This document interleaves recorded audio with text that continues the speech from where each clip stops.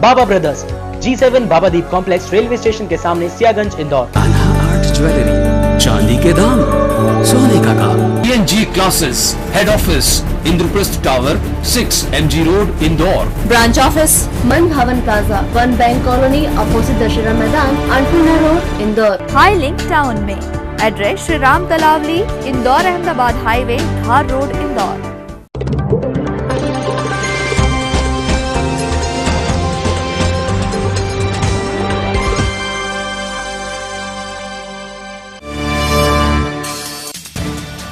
किसानों को पड़ रही दोहरी मार, बारिश ने भिगोया गेहूं तो व्यापारी भी कर रहे शोषण। मजबूरी का फायदा उठाकर औने पौने दाम में खरीद रहे गेहूं, बेबस किसानों को घाटा ही घाटा। पिपलियाला तालाब में डूबने से 2 युवकों की मौत, ग्रामीणों की मदद से शव निकाले बाहर। साथियों के साथ गए थे घूमने, गहरे पानी में उतरने से हुआ हादसा। हिंद केसरी रोहित पहलवान और दिल्ली केसरी विक्रम पहलवान के बीच हुआ रोमांचक मुकाबला। रोहित ने दी विक्रम को 3 मिनट में पटकनी। पहलवानों की जोर आजमाइश के पहले अखाड़े में होती है माटी को तैयार करने की मशक्कत। छाछ, नींबू, गेरू, हल्दी व तेल के मिश्रण से माटी को बनाया जाता है मरहम। और सराफा की साख को लगा बट्टा, केसरबाग रोड से पुलिस ने जुआ खेलते 18 सराफा व्यापारी को पकड़ा, 1.25 लाख रुपए नगद किए बरामद।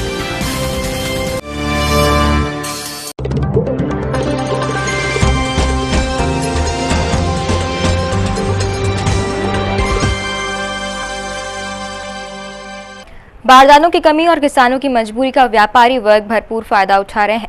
कृषि उपज मंडियों में समर्थन मूल्य पर गेहूं बेचने आए किसानों से व्यापारी कम कीमत पर गेहूं की खरीदी कर रहे हैं। गेहूं को खराब होने से बचाने और अगली खेती की तैयारी करने के लिए कम कीमत पर गेहूं बेचना किसानों के लिए मजबूरी बन गया है। बरसात और बारदानों की कमी के कारण किसान पहले ही खासे परेशान हैं। इन किसानों को राहत देने के बजाय अनाज व्यापारी किसानों की मजबूरी का भरपूर फायदा उठा रहे हैं।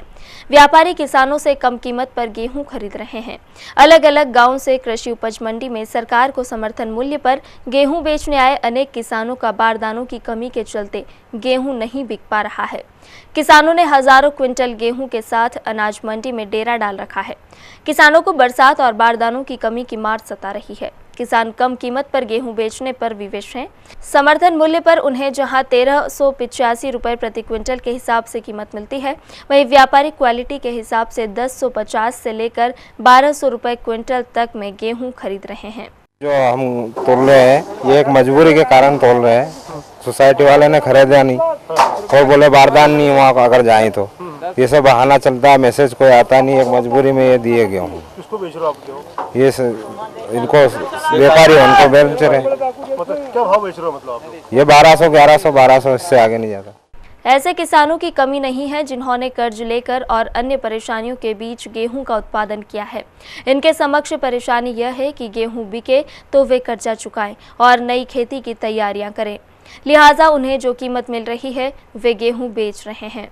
हमारी मजबूरी इसी कारण हम गेहूं बेच रहे हैं। हमारे पास मैसेज आ गया, बोले बारदान नहीं है, कृपया गेहूं केंद्र पर जाकर उनसे संबंध करें, उसके बाद गेहूं लेकर आए। अगर हम गेहूं लेट बेचेंगे तो बारिश आ जाएगी, फिर हमारी अगले सीजन की खेती भी करनी है। उसके लिए हमको खेती में जुताई के लिए पैसे भी चाहिए, डीजल के। अब क्या करें, हमारी मजबूरी के कारण हमको गेहूं बेचना पड़ रहा है। बहरहाल मजबूरी में फंसे किसानों के समक्ष कम कीमत पर गेहूं बेचने के अलावा कोई और चारा नहीं बचा है।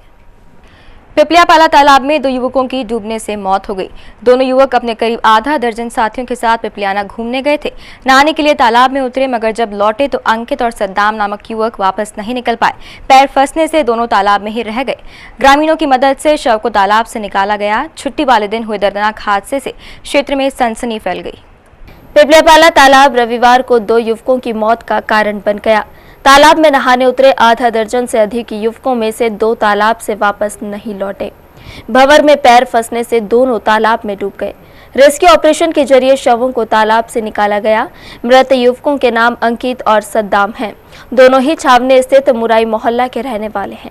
अपने करीब आधा दर्जन अन्य दोस्तों के साथ पिकनिक करने पिपलियापाला तालाब गए थे। नहाने के लिए सभी तालाब में उतर गए, मगर जब लौटने की बारी आई तो अंकित और सद्दाम वापसी नहीं कर पाए। पैर फंसने से दोनों पानी में ही डूब गए। सूचना फैलते ही हड़कंप मच गई। मौके पर पहुंची रेस्क्यू टीम ने शवों को तालाब से निकाला। ये दोनों आए थे 12 बजे, फिर हम उन्हें घर से बुलाने आए थे तो इतने में तो देखा तो वो डूब गए, तो वहाँ से 4 जनों को बुला के लाए थे बचाने के लिए। ये तालाब में नहाने के लिए आए थे और तालाब में नहाने के लिए 2 ही जन थे और इसका भाई जो है तो अंकित का भाई बाद में आया और उनको आवाज़ दी कि चलो घर पे बुला रहे हैं, और वो नहा रहे थे और एकदम जो है तो उनका गहरे पानी में शायद गए होंगे, उससे पाँव खिंचला और नीचे डूब गए वो। कौन है 2 बच्चे? एक अंकित और एक सद्दाम, 2 हैं। पुलिस ने पंचनामा बनाकर शवों को पोस्टमार्टम के लिए जिला चिकित्सालय भिजवाया, जहां मृतकों के परिजनों की चित्कारें गूंज उठी। असमय हुए हादसे ने परिजनों को व्यथित कर दिया। पिपलियापाला तालाब में इंसानी मौत नई बात नहीं है। इससे पहले भी ना जाने कितनी मां की गोद सूनी हो चुकी है। आखिर क्या वजह है कि तालाब में मौत होने का सिलसिला यूं ही जारी है? ग्रामीणों की माने तो लाइफगार्ड के ना होने की वजह से ये हादसे होते आ रहे हैं। खुद चुप्पी साधे ये ताल ना जाने कितने घरों के चिरागों को बुझा चुका है। ना जाने कितनी मां के लाल इस तालाब में जान गंवा चुके हैं। ऐसी ही एक घटना रविवार को भी हुई, जब अंकित और सद्दाम बेवक्त मौत के मुंह में समा गए। यकीनन दर्द उनको भी है जिनकी ये औलाद थी, और दर्द उनको भी होगा जिन्होंने इन्हें बचाने की लाख कोशिशें की लेकिन बचा नहीं पाए। लेकिन आखिर दर्द जिम्मेदारी का चोला पहनने वाले सफेद पोश लोगों को क्यों नहीं होता? दर्द मोटी तनख्वाह लेने वाले अफसरों को क्यों नहीं होता? लाश पर राजनीति करने वाले अब कहां हैं, जब लापरवाही के चलते 2 बच्चे सरेआम काल के गाल में समा जाते हैं? अधिकारियों की लापरवाही की बात हम नहीं बल्कि स्थानीय रहवासी भी स्वीकारते हैं। ये वजह ही यहाँ सिक्योरिटी नहीं है, रहवासी इलाका है। कम से कम यहाँ तो नगर निगम कोई भी अधिकारियों ने कम से कम इसको देखना चाहिए, पुलिस वालों ने देखना चाहिए। अब यहाँ बच्चे रोज दिन आते रहते हैं और कम से कम 15-20 बच्चे रोज नहाते रहते हैं। तो एक्चुअली यहाँ दुर्घटना होती रहती है और आइंदा और दुर्घटना, जब तक अगर ये सिक्योरिटी नहीं बढ़ाएंगे या कुछ इस पर पाबंदी नहीं लगाएंगे तो दुर्घटना होती रहती है। हाँ, अब कहने सुनने वाला था ही नहीं कोई का। और आउट ऑफ है, जैसे ये बाउंड्री है, इधर तो कोई बाउंड्री नहीं है, अब बच्चे इधर से आ जाते सीधे और यहीं आ जाते हैं। अब यहाँ कोई कहने सुनने वाला ही नहीं, कोई बोलने वाला नहीं है, कोई दबाव नहीं है। अब अगर सिक्योरिटी बढ़ा दें तो ये दुर्घटना नहीं हो सकती। बच्चे लोग घूमते फिरते रहते हैं, बड़े भी कोई मच्छी पकड़ने आते हैं, क्या मालूम क्या होता, अपन इतना तो ध्यान देते ही नहीं है। क्या इतना तो ध्यान देते नहीं, अपन मजदूर आदमी सुबह 10 बजे निकल जाते हैं, रात को 10 बजे 11 बजे वापस आते हैं। छुट्टी वाले रोज देखते हैं माहौल कि क्या हो रहा है क्या नहीं, ये छुट्टी वाले रोज देखते हैं अपन। आबादी तो बढ़ ही रही ना, आबादी तो बढ़ रही है, नहीं बढ़ रही ऐसी बात ही नहीं है। सिक्योरिटी की जरूरत है, कोई बच्चों को भगाना चाहिए कि बच्चों को दूर करो। स्थानीय रहवासियों ने बताया कि प्रशासन ना तो उनकी बात सुनता है और ना ही सुरक्षा के इंतजामात करवा रहा है, जबकि बढ़ती आबादी के साथ सुरक्षा भी जरूरी है। आबादी तो काफ़ी हुई, क्योंकि कॉलोनी डेवलपमेंट हुई है तो आबादी बढ़ गई। कुछ झोपड़े भी हैं यहाँ पर, जैसे सोनिया गांधी नगर वगैरह 3-4 कॉलोनी है, झोपड़पट्टी यहाँ, तो इस वजह से भी आबादी तो बढ़ गई है। तो वो मुझे लगता है कि इस वजह से भी घटनाएं घट रही है। तो एक आध चौकीदार हो या कोई गार्ड यहाँ पर लग जाए तो ये घटना रुक सकती है। बहरहाल पिपलियापाला को रीजनल पार्क का रूप तो दे दिया गया, मगर सुरक्षा के पुख्ता इंतजाम नहीं किए गए। कहने को तो आईडी ने तालाब की बाउंड्री वॉल भी बनवाई है, मगर वो अधूरी है, और यही अधूरी बाउंड्री वॉल 2 युवकों की जान ली गई। अधिकारी भले ही अपनी जिम्मेदारी से इनकार करें, मगर ये सत्य है कि इस हादसे के लिए वे ही जिम्मेदार हैं। अगर बाउंड्री वॉल पूरी बनी होती तो आज 2 घरों के चिराग बुझने से बच जाते। Bureau report, BTV news. Nehru stadium में हुए रोमांचक मुकाबले में हिंद केसरी रोहित पहलवान ने दिल्ली केसरी विक्रम पहलवान को महज 3 मिनट में जमीन दिखा दी। इस रोचक मुकाबले को देखने के लिए सैकड़ों पहलवान स्टेडियम में जमा हुए थे। मध्य प्रदेश केसरी स्पर्धा का आयोजन पिछले 2 दिनों से नेहरू स्टेडियम में हो रहा था। इस स्पर्धा में अलग अलग वजन वर्ग में करीब 200 पहलवानों ने कुश्ती के अपने जौहर दिखाए। मुख्य मुकाबला रविवार रात हिंद केसरी रोहित पहलवान और दिल्ली केसरी विक्रम पहलवान के बीच हुआ। दर्शकों को यह उम्मीद थी कि दोनों पहलवानों के बीच लंबा मुकाबला चलेगा, लेकिन यह मुकाबला 3 मिनट में ही खत्म हो गया। रोहित पहलवान ने पटला दाव लगाकर विक्रम पहलवान को जमीन दिखा दी।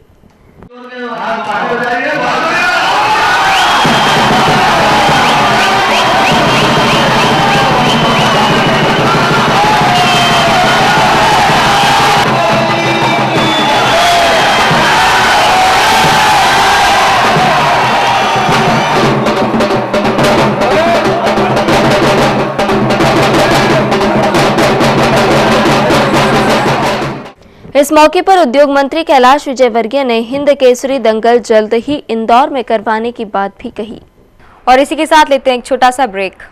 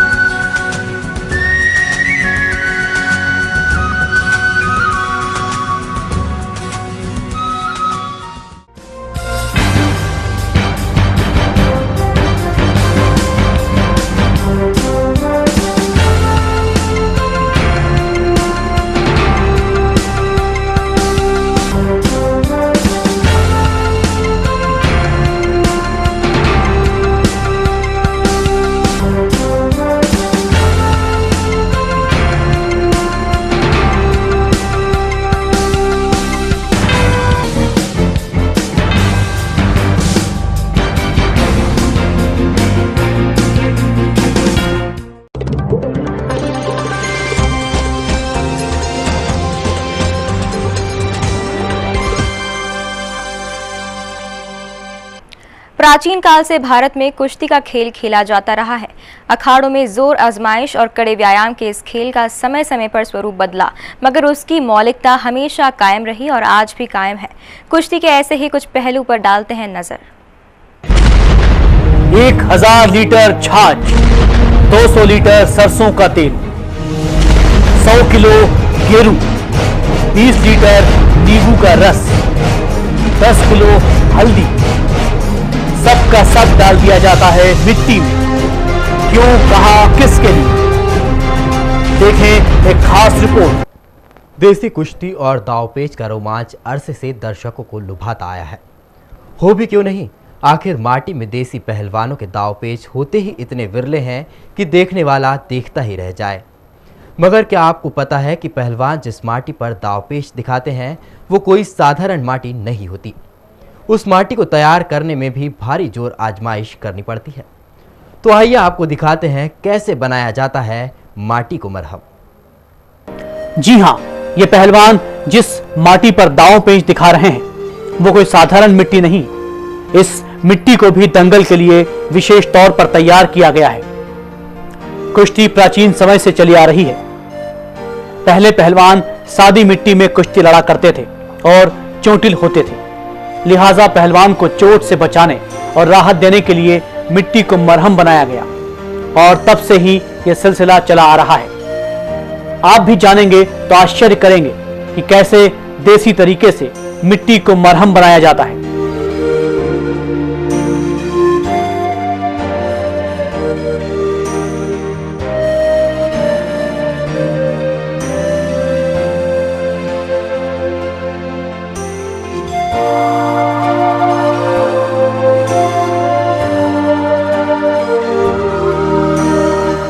मिट्टी में जो सामग्री मिलाई जा रही है उसमें छाछ, गेरू, नींबू, हल्दी और सरसों का तेल सहित अन्य सामग्री मिलाई जाती है। दरअसल इन सभी चीजों के अपने अपने गुण हैं और इन्हीं गुणों के कारण वे अखाड़े में पहलवानों को राहत देने का काम करती है।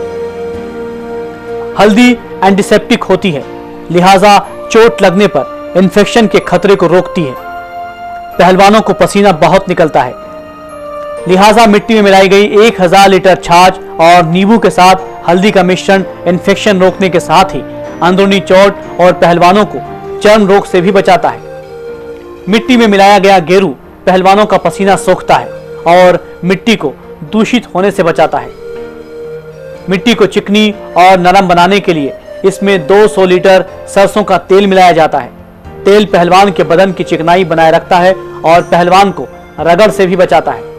इससे ये होता है कि जो पहलवानों जब लड़ते हैं तो मिट्टी जब कड़क होती थी तो उसमें जख्म हो सकता था, लड़ सकते, पैर में फ्रैक्चर हो सकता था, और ये तेल और छाछ से ये मुलायम हो जाती तो पहलवान जब गिरता है तो उसे किसी प्रकार की चोट लगने का अंदेशा खत्म हो जाता है। और तो और इस मिट्टी की एक और बड़ी खासियत ये भी है कि मिट्टी शरीर को गठीला बनाने के साथ ही काले पहलवान को गोरा भी बना देती है। क्योंकि नहीं, ये बात खुद पहलवान कहते हैं। मिट्टी को छाछ और तेल जैसे डाल के, जैसे इन्होंने बताया अभी कि मिट्टी को बनाई जाती है।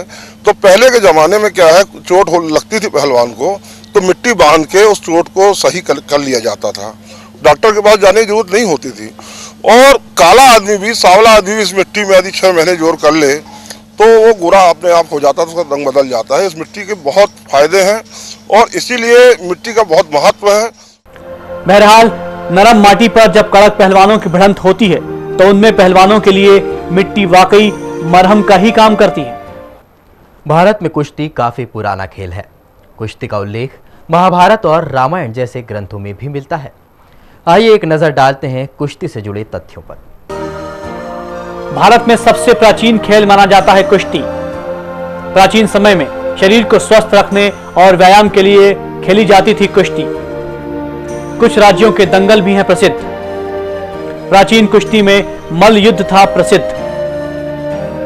महाभारत और रामायण में भी मिलता है कुश्ती का उल्लेख। भीम, दुर्योधन और कर्ण कुश्ती में थे महारथी। भारत में होती है कई कुश्ती प्रतियोगिताएं। पंजाब और देश के अधिकतर राज्यों में होती है कुश्ती। ओलंपिक में मिला सम्मानजनक दर्जा। दारा सिंह, सुशील कुमार और कृपाशंकर पटेल सहित कई पहलवानों ने किया भारत का नाम कुश्ती में रोशन। कुश्ती का नाम आते ही अखाड़ा, ठेठ देसी पहलवान और दाव पेच के दृश्य उभर आते हैं। हालांकि कुश्ती में भी समय समय पर बदलाव और आज तो अनेक पर खेली जाने वाली कुश्ती का दौर आ गया है। बावजूद इसके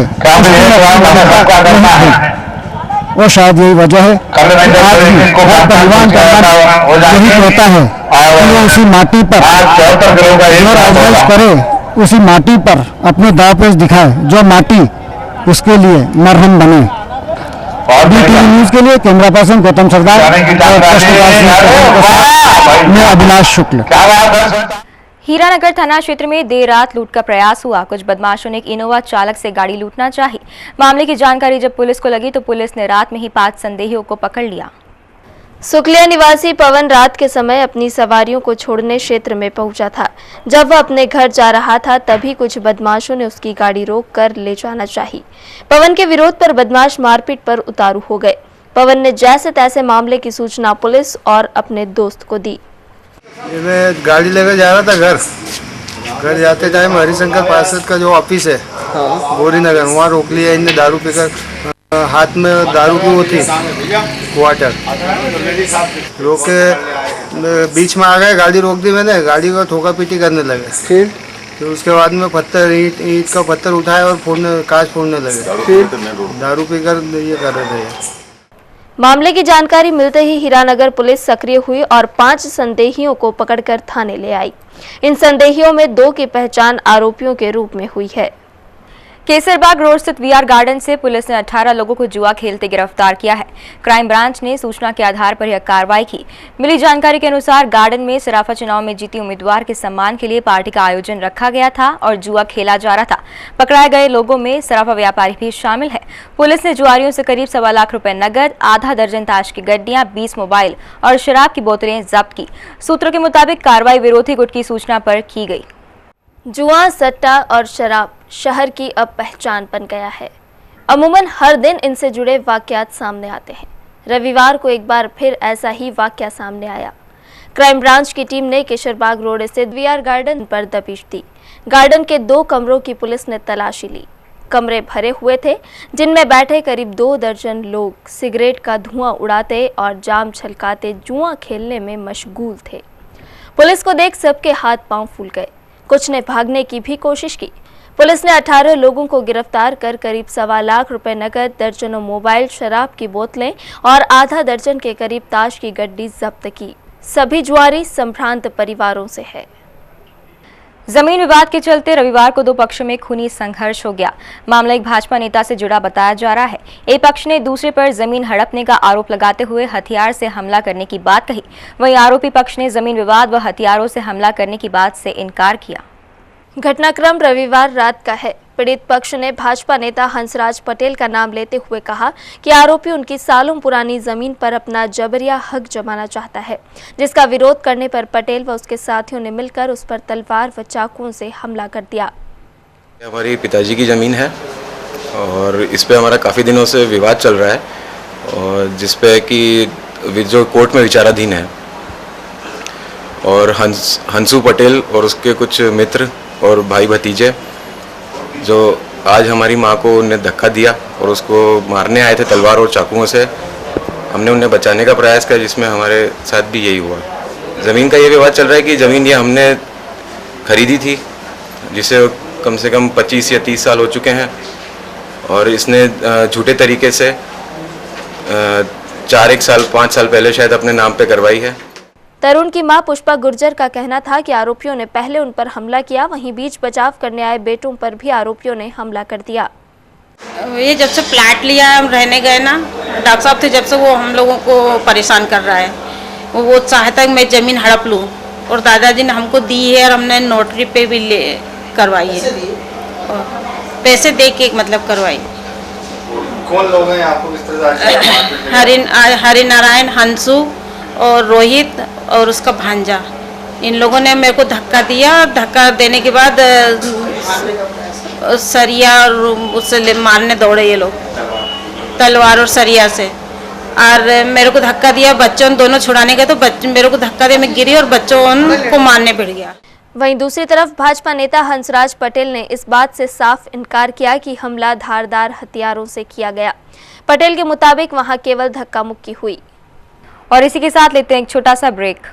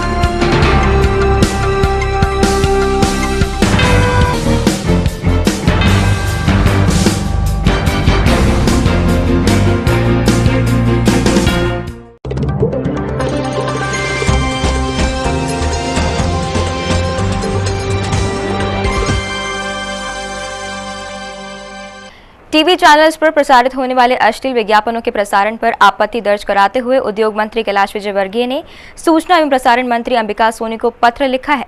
विजयवर्गीय ने कहा है कि अगर विज्ञापनों पर जल्द रोक नहीं लगी तो युवा मोर्चा आंदोलन करेगा। टीवी चैनलों पर आजकल इस तरह के विज्ञापन आम हो गए हैं। ये विज्ञापन किसी भी कार्यक्रम के बीच में कभी भी दिखाए जाते हैं। इन विज्ञापनों के कारण परिवार के लोग एक साथ बैठकर टीवी देखने में भी शर्म महसूस करने लगे हैं। द्विअर्थी और अश्लील विज्ञापनों पर रोक लगाने की मांग प्रदेश के उद्योग मंत्री कैलाश विजयवर्गीय ने की है।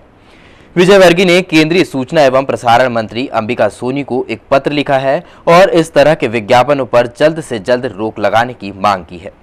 देखिए, पहले तो फिल्में परिवार के साथ नहीं देख सकते थे। अब यदि आप समाचार देख रहे हैं परिवार के साथ तो बीच में विज्ञापन ऐसे आ जाते हैं कि वो नहीं देख सकते। अभी एक शीत पेय का विज्ञापन आ रहा है, अब वो उसके शब्द इतने वल्गर है कि मुझे बोलने में खराब लग रही है, जबकि दिन भर विज्ञापन में 10 बार मैंने अंबिका सोनी जी को पत्र लिखा है कि आप महिला होकर कम से कम हमारे यहाँ सेंसर है, वहाँ द्विअर्थी कोई भी डायलॉग नहीं होना चाहिए और वो बहुत ही वल्गर लगता है।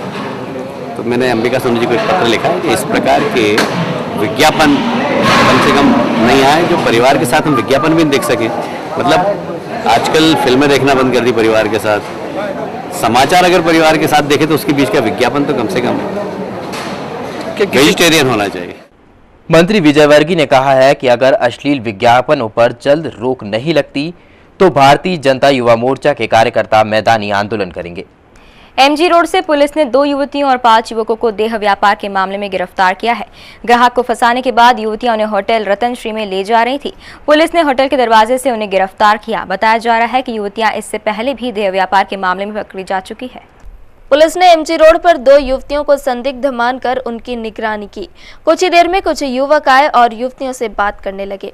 युवतियां उन युवकों को साथ लेकर पास स्थित होटल रतनश्री पहुंची। सभी होटल में दाखिल हो रहे थे। इसी दरमियान पुलिस ने पहुंचकर पूछताछ की। पूछताछ में देह व्यापार का खुलासा हुआ। युवतियों की पहचान भी कॉल गर्ल के रूप में सामने आई। पुलिस के मुताबिक युवतियां पहले भी देह व्यापार के मामले में पकड़ी जा चुकी है। एमजी रोड पर रतनश्री होटल के आसपास शिकायत रहती है और होटल के अंदर कि यहाँ पर महिलाओं का व्यभिचार होता है और इसमें लिप्त लोग जो हैं वो वहाँ पर आ जाते हैं और वो महिलाएं भी जो ये धंधा करती हैं वो भी आ जाती हैं और ये आपस में सौदा तय करके और रतनश्री होटल में जाते हैं। पूर्व में भी कई बार छापा डाला गया इस होटल पर और पीटा एक्ट की कार्रवाई हुई है। शुक्रवार को एनसीईआरटी की पुस्तक पर संसद में जो बहस हुई उसके बाद संसद में जो माहौल बना उसमें एक बात कही गई कि जो लोग इस किताब से जुड़े हैं उनको कड़ा से कड़ा दंड देने की व्यवस्था होना चाहिए। तो मैं उस दंड का इंतजार कर रहा हूं। यह बात रविवार को चुनाव विश्लेषक और विचारक योगेंद्र यादव ने अभ्यास मंडल के व्याख्यान में कही। व्याख्यान में योगेंद्र यादव ने चुनाव सुधार, लोकतंत्र एवं व्यवस्था परिवर्तन विषय पर भी अपनी बात रखी। विषय पर बोलते हुए दिल्ली के मशहूर पत्रकार, विचारक और चुनाव विश्लेषक योगेंद्र यादव ने व्याख्यानमाला में कहा कि आज पूरी दुनिया में मतदान का प्रतिशत गिरा है, लेकिन भारत में मतदान का प्रतिशत बढ़ा है। उन्होंने अमेरिका में होने वाले चुनाव का उदाहरण देते हुए कहा कि अमेरिका में राष्ट्रीय स्तर के चुनाव में 50% लोग वोट डालते हैं, जबकि स्थानीय चुनाव में यह आंकड़ा 20% पर आकर ठहर जाता है। जबकि बात हिंदुस्तान के चुनाव की हो तो भारत में लोकसभा चुनाव में 60%, विधानसभा चुनाव में 72% लोग वोट डालते हैं। वहीं पंचायत चुनाव में तो मतदाता को लोग चारपाई से उठाकर ले जाते हैं और वोट डलवाते हैं। आज जहां पूरी दुनिया में चुनावों में मतदान का प्रतिशत गिरा है, वहां भारत में मतदान का प्रतिशत बढ़ा है। सारी दुनिया में जैसे आप राष्ट्रीय चुनाव से स्थानीय चुनाव की तरफ आते हैं, मतदान धनाधन गिरता जाता है।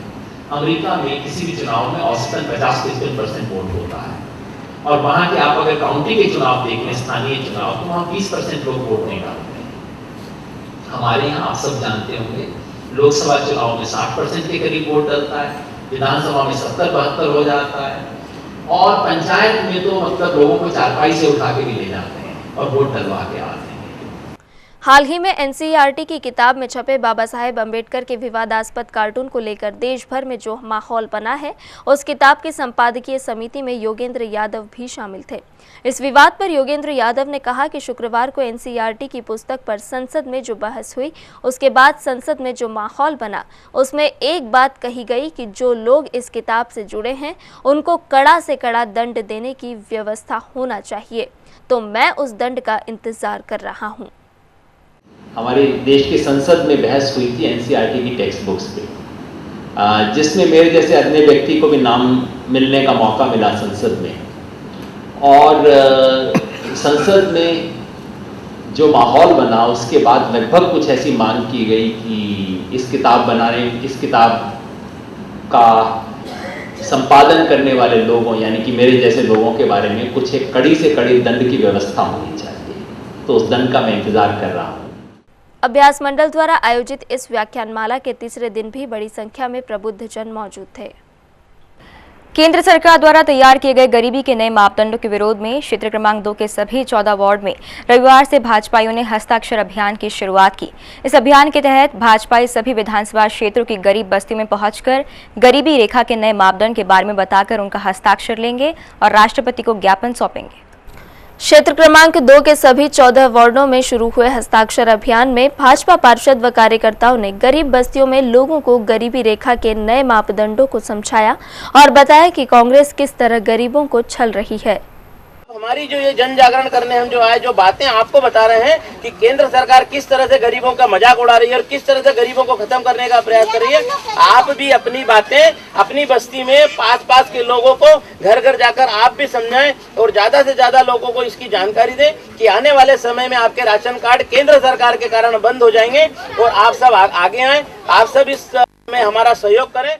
भाजपा पार्षद और कार्यकर्ता लोगों को समझाने के साथ साथ एक फॉर्म पर उनके हस्ताक्षर करवाकर गरीबों का समर्थन हासिल कर रहे हैं।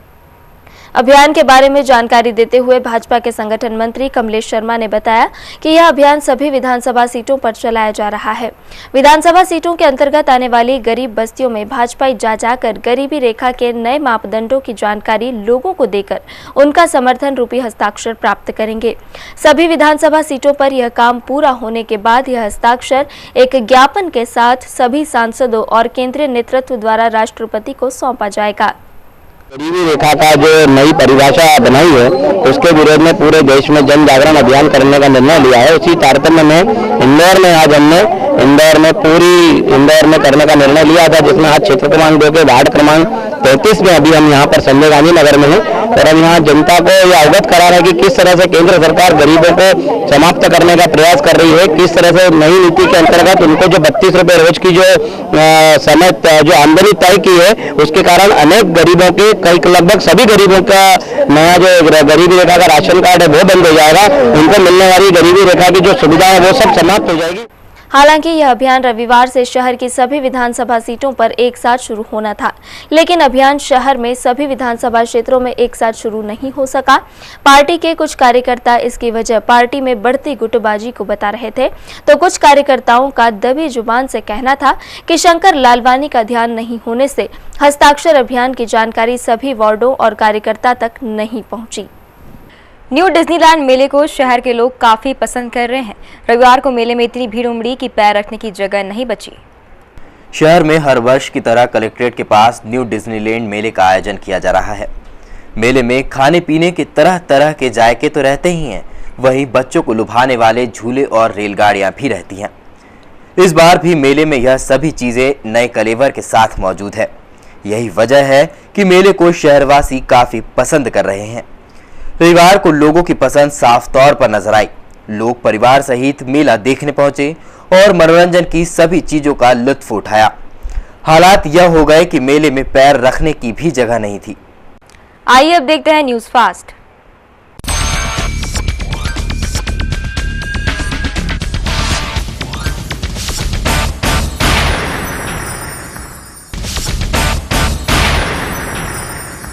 श्री अग्रवाल ग्रुप द्वारा आयोजित समर क्लासेस का रविवार को समापन हुआ। गर्मियों में ग्रुप द्वारा शिविर का आयोजन छावनी स्थित कमला नेहरू बालिका विद्यालय में किया गया था। 2 मई से शुरू हुए इस शिविर में महिलाओं और युवतियों को कई विधाएं सिखाई गई।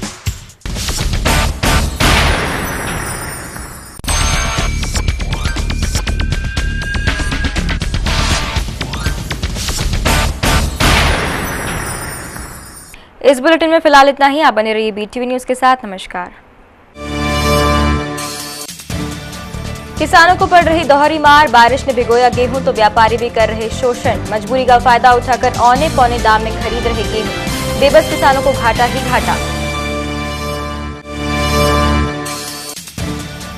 पिपलियाना तालाब में डूबने से 2 युवकों की मौत, ग्रामीणों की मदद से शव निकाले बाहर। साथियों के साथ गए थे घूमने, गहरे पानी में उतरने से हुआ हादसा। हिंद केसरी रोहित पहलवान और दिल्ली केसरी विक्रम पहलवान के बीच हुआ रोमांचक मुकाबला। रोहित ने दी विक्रम को 3 मिनट में पटकनी। पहलवानों की जोर आजमाइश के पहले अखाड़े में होती है माटी को तैयार करने की मशक्कत। छाछ, नींबू, गेरू, हल्दी व तेल के मिश्रण से माटी को बनाया जाता है मरहम।